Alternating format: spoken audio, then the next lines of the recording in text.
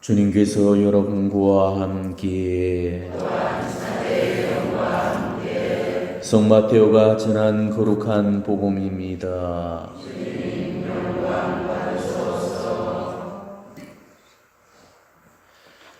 그때 예수님께서 말씀하셨다. 고생하며 무거운 짐을 진 너희는 모두 나에게로 오너라. 내가 너희에게 안식을 주겠다. 나는 마음이 온유하고 겸손하니 내 멍에를 메고 나에게 배우라. 그러면 너희가 안식을 얻을 것이다. 정녕 내 멍에는 편하고 내 짐은 가볍다. 주님의 말씀입니다.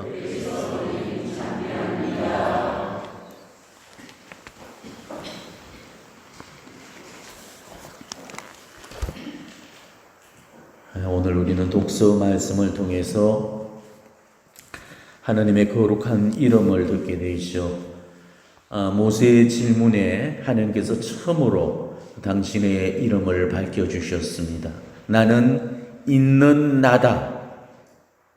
영어로는 I am who I am. 이 이름은 하나님께서 처음으로 밝히신 이름이셨습니다. 우리가 여기서 조금 더 몇 장을 더 가서 탈출기 6장을 보게 되면은 하나님은 이 이름을 밝히실 때 모세에게 이런 말씀을 하시죠. 나는 아브라함과 이삭과 야곱에게 전능하신 하느님으로 나타났으나 야훼라는 내 이름으로 나는 그들에게 알리지는 않았다. 이렇게 말씀하십니다. 모세에게 처음으로 일러진 이름이 나는 있는 나다라는 뜻이에요. 근데 나는 있는 나다. 자, 이 이름의 뜻이 이해가 선뜻 가십니까?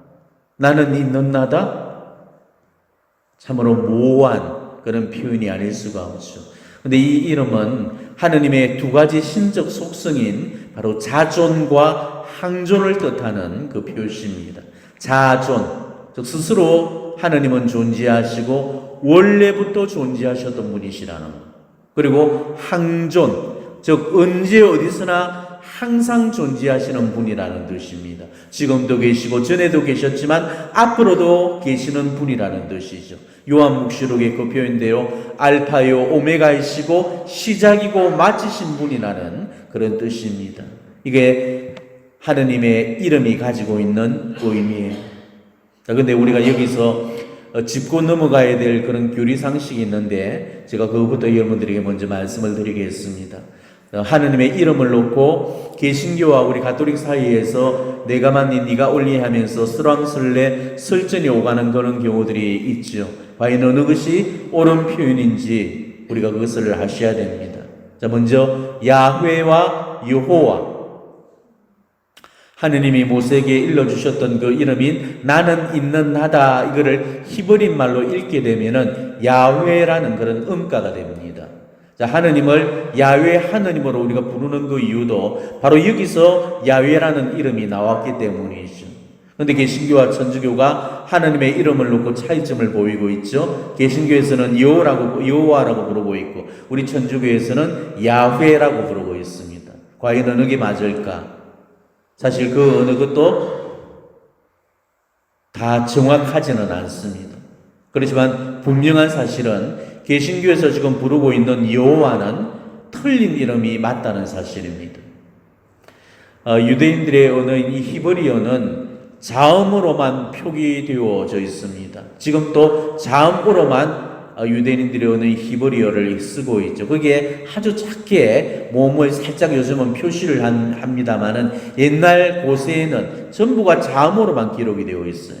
모음은 생략이 되고 자음만 표기되어 있으니까 옛날 그 당시에는 모음이 없어도 우리가 잘 읽어냈겠지만은 세월이 흐르고 흘러서 그 후대의 사람들이 볼 때는 자음밖에 없는 그런 글씨를 읽을 도리가 없잖아요.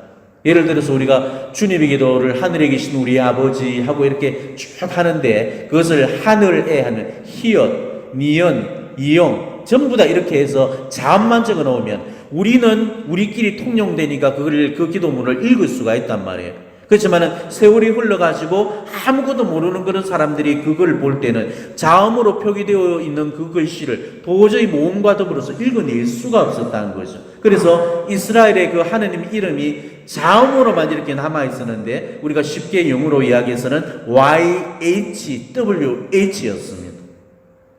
근데 우리 가톨릭에서는 이 하느님의 이름을 대충 야훼라고 이렇게 불렸는데, 이 개신교에서는 어느 신학자가 야훼를 뜻하는 이 YHWH라는 이 자음에다가 히랍을 가지고 오죠. 그래서 히랍어에서 주님을 뜻하는 아도나이라는 그 단어의 모음을 가져와서 두 개를 붙여놓고 합성어를 만들어 버린 거예요. 그러니까 Y에다가 아도나이의 아자, 또 H에다가 아도나이의 오자, 또 히읗에 아도나이의 아자, 또 그 H에 이자를 이렇게 붙여, 그 여호와하 이래 돼. 그래서 그것이 음가로 나중에는 여호와라는 그런 이름으로 탄생이 되었던 거예요. 그렇기 때문에 여호와라는 이 이름은 우리 인간이 만들어낸 엉터리 이름이고, 그나마 하느님 이름과 가까운 그 이름이 야훼라고 그렇게 지금 우리가 보고 있죠. 그래서 오늘날 많은 개신교에서도 하느님의 이름을 지금 또 야훼라고 쓰고 있는 곳이 많이 있습니다. 그렇지만은 이 하느님의 이름을 우리가 함부로 불러서는 안 되는 까닭에, 그래서 이 새 성경에는 이 야훼를 주님으로 바꿔 부르도록 그렇게 지금 되어 있는 거죠. 그리고 두 번째로 하느님과 하나님. 자, 하느님과 하나님은 과연 어느 게 맞을 걸까? 개신교에서는 하나님이라고 부르고 있고, 우리 천주교에서는 하느님이라고 부르고 있죠. 자, 이거는 번역상의 차이인데, 개신교가 하나님이라고 이 번역한 거는 하나밖에 없는 분이라는 그런 의미로 그렇게 불렀던 거죠. 그렇지만은 하나님이라는 이 표현은 우리 국문법상으로는 전혀 맞지 않는 그런 표현입니다. 하나라는 그 수사에 님이라는 존칭을 붙일 수가 없는 거죠. 자, 하나에 님을 붙여서 하나님이라고 부르는 것은 둘님, 셋님, 넷님, 다섯님, 여섯님, 이런 식의 표현으로, 이런 표현은 우리가 일상적으로 전혀 쓰지 않는 그런 표현이죠. 근데 우리 가톨릭에서는 천주 혹은 하느님이라고 부르고 있잖아요. 하늘이라는 그 고유 명사에 님이라는 존칭을 붙여가지고, 이거는 정말 국문법상으로도 맞는 표현이죠. 거기다가 하느님은 하늘에 님을 붙였다고 해서 하늘을 높여 부르는 그런 호칭이 아니죠. 하늘에 계신 님이라는 그런 호칭입니다. 하늘의 주인, 하늘에 계신 분이라는 그런 의미에서 지금 그렇게 쓰고 있습니다. 예수님께서 그 기도를 가르쳐 주실 때도 하늘에 계신 우리 아버지 이렇게 이야기하셨죠. 때문에 하나님이 아니고 하느님이 우리식으로는 더 맞는 그런 표현이라는 사실, 이 정도는 여러분이 상식적으로 알아놓으시기를 바랍니다. 방금도 말씀드렸다시피 하느님의 신적 속성 중에 두 가지 속성이 그 자존과 항존입니다. 하느님은 스스로 존재하시고 언제 어디서나 존재하신다는 사실. 그분은 우리와 함께 하시는 임마누엘의 하느님이십니다. 자, 그런데도 우리는 가끔씩 기도 생활 하는 중에서도 하느님의 부재를 느낄 때가 있지.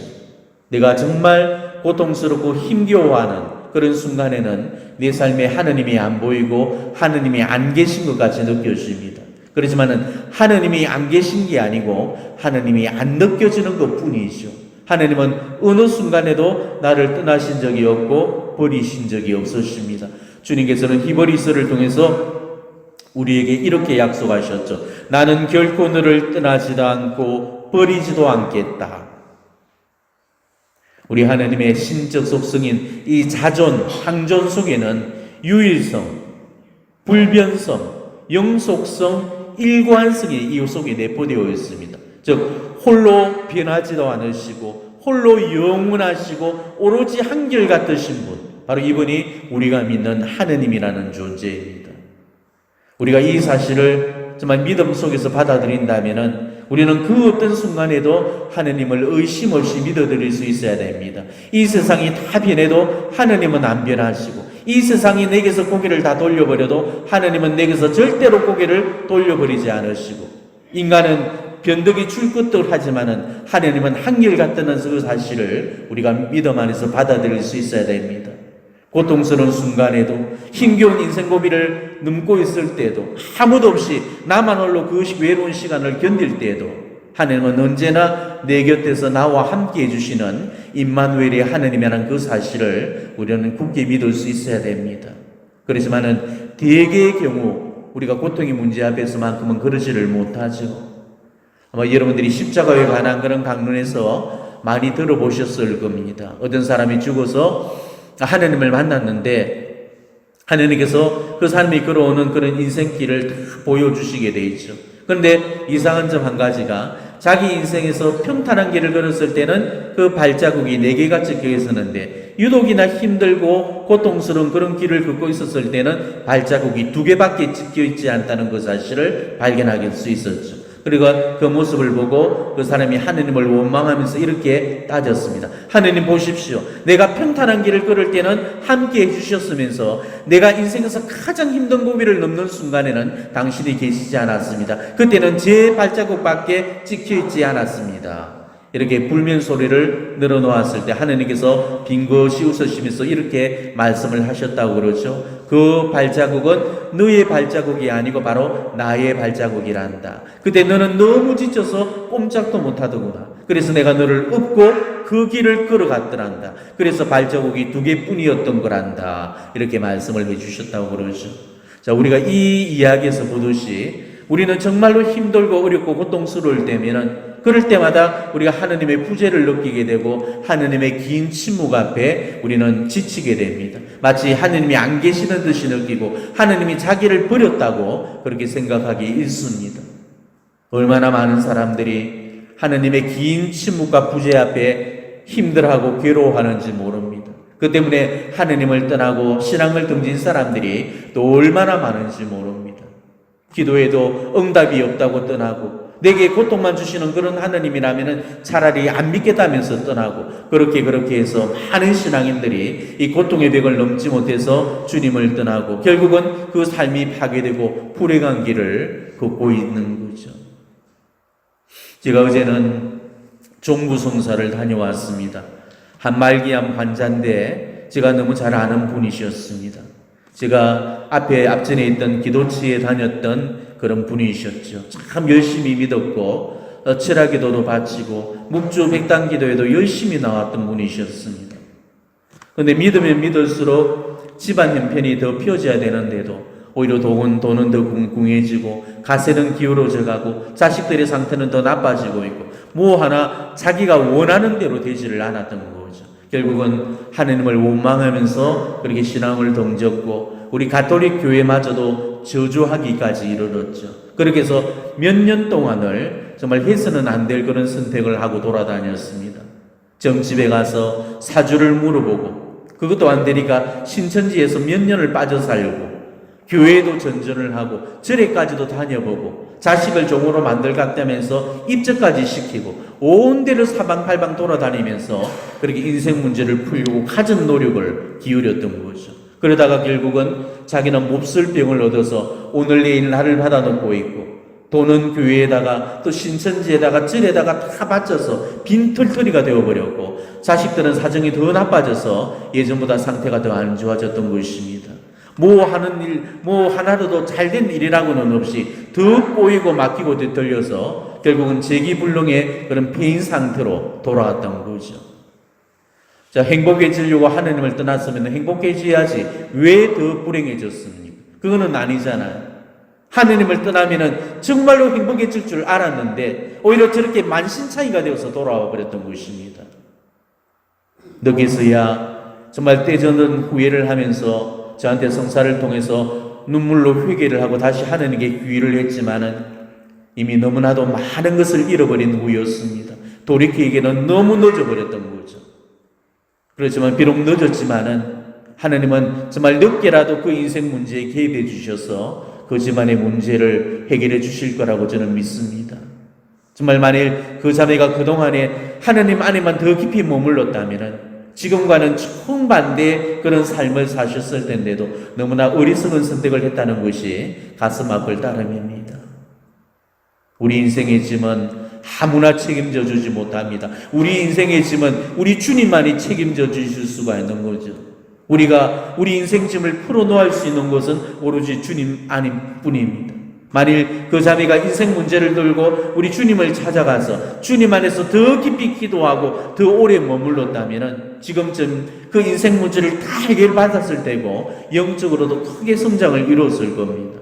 엉뚱한 곳에다가 인생짐을 푸는 통에 결국은 삶이 그토록 파괴되고 망가져 버렸던 거죠.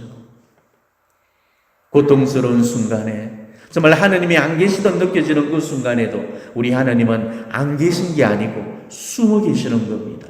부재가 아니고 은폐죠. 은폐. 숨어서도 여전히 나를 바라보고 계시고 숨어서도 나를 지켜주고 계시고 숨어서도 여전히 일하고 계시면서 내 문제를 해결해 주시려고 하시는 겁니다. 내 눈에 안 보인다고 안 계시다고 생각하지 마십시오. 내 손에 쥐어주지 않으셨다고 안 주셨다고 생각하지 마십시오.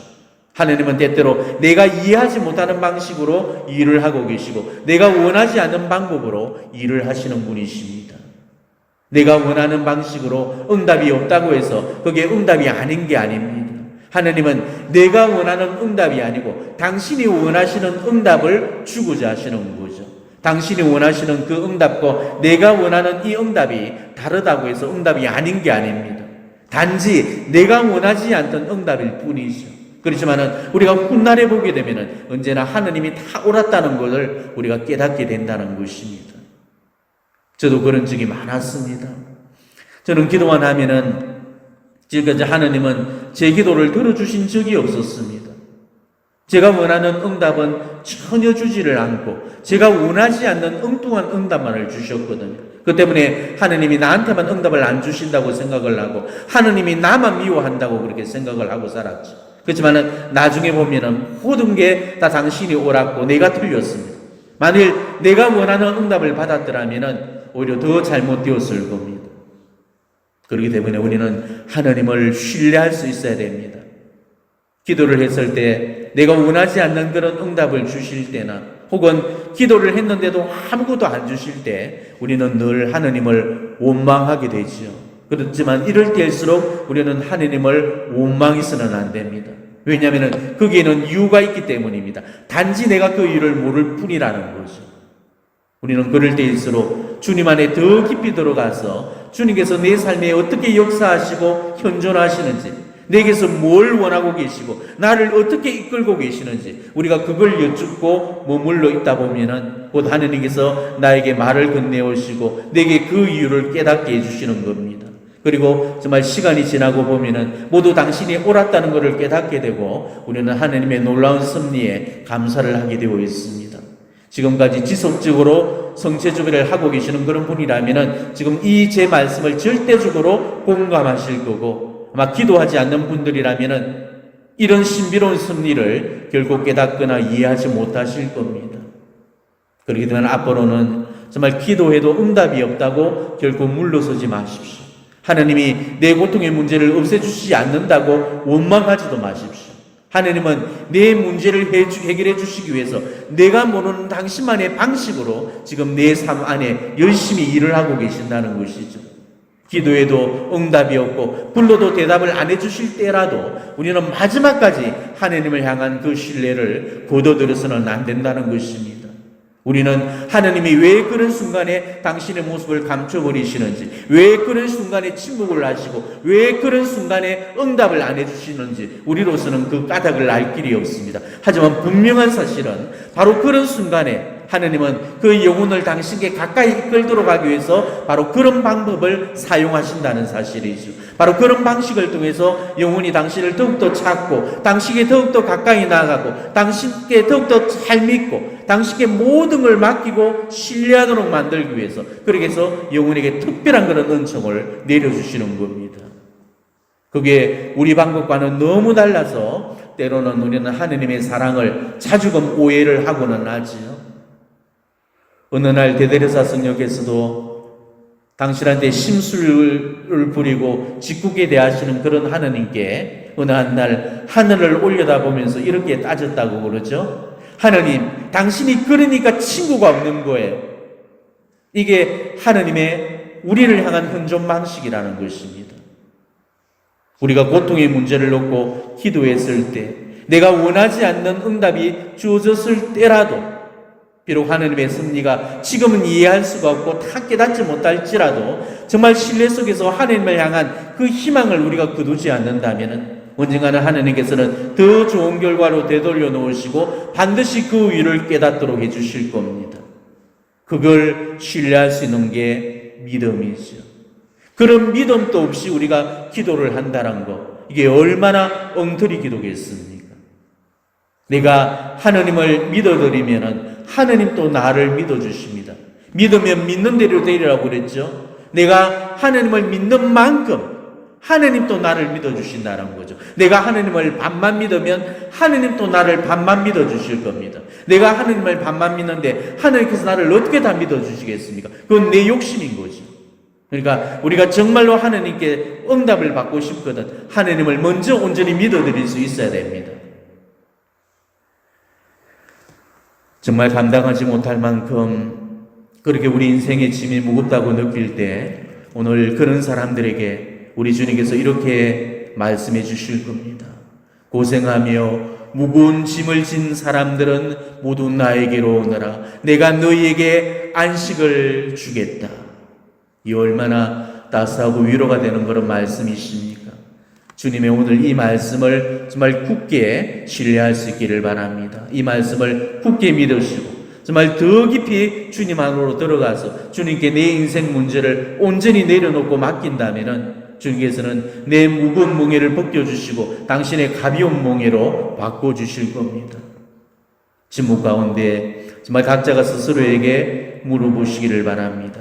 지금까지 나는 내 인생에 문제가 생길 때마다 내 인생 문제를 어디다 풀어놓았는지, 사람들을 붙들고 푸념하고 하수했는지, 술집에서 술로 풀어내려고 했는지, 점집에 가서 점쟁이한테 그 문제를 물어보려고 했는지, 아니면 정말 성체대전 앞에서 성체 안에 참으로 현존해 계시는 하나님 앞에 내 인생 문제를 가져갔는지 진중하게 반성해 보시기를 바랍니다.